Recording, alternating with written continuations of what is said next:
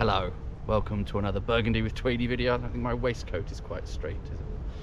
Look a mess. Bit of a windy day today. It's one of those dreary Sunday afternoons where the heath is unfortunately overrun with people having dreary Sunday afternoon strolls before they resume the horrors of the working week. Not for me, that terrible nadir of the week, but it is a bit dreary out. My cellar is running depressingly short of, well, just about everything, so I'm having to restock. I'm a little bit behind. In the meantime, I just went to one of the local shops near me. I have a sort of French deli kind of place that has a reasonable selection of wine. Prices aren't great for anything that I actually want to drink, unfortunately.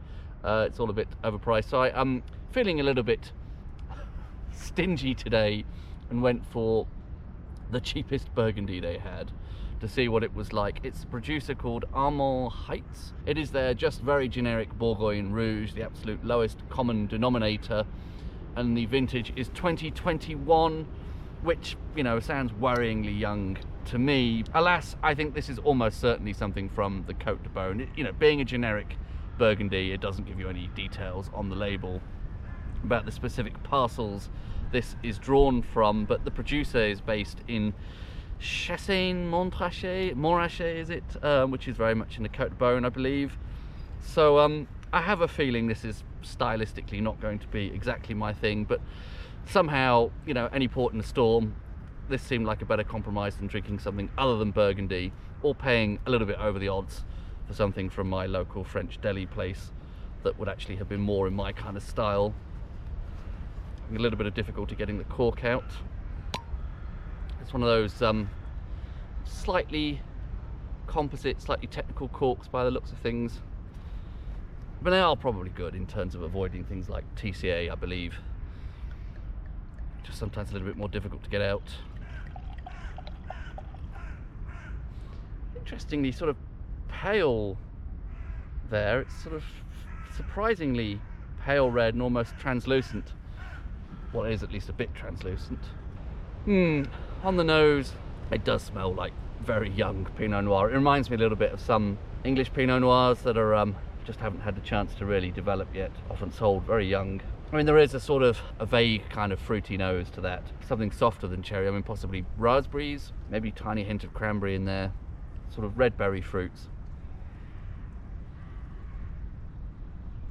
Yeah, more soft, fairly light, sort of broad fruity character on the palate. Wouldn't say there's a lot in terms of kind of concentration and density, and at least it's not sort of stingingly tannic, possibly getting some sort of slight tobacco notes or something now. Yeah, I mean, it'll do.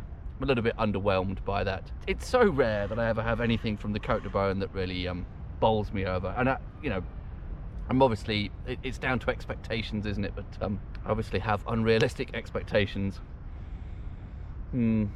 Getting a slight menthol type note from it now. I've noticed that phenomenon before with relatively young Pinot Noir. I'm not so much Burgundy, but like I say, from attempts to do this in England. Reminds me of tunes, you know, those throat sweets, cough sweets, whatever you call them, cherry tunes a bit. So I suppose there is some cherry coming out at last, although it's a little bit sort of confected. The colour is actually, it's not just that it's pale, it's slightly murky. I don't know if that tells you something about the winemaking style.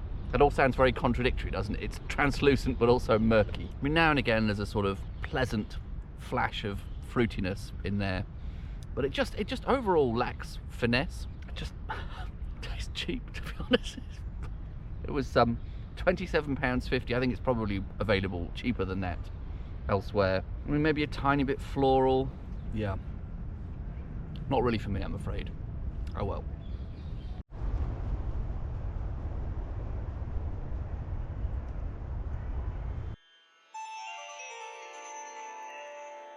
Rouge.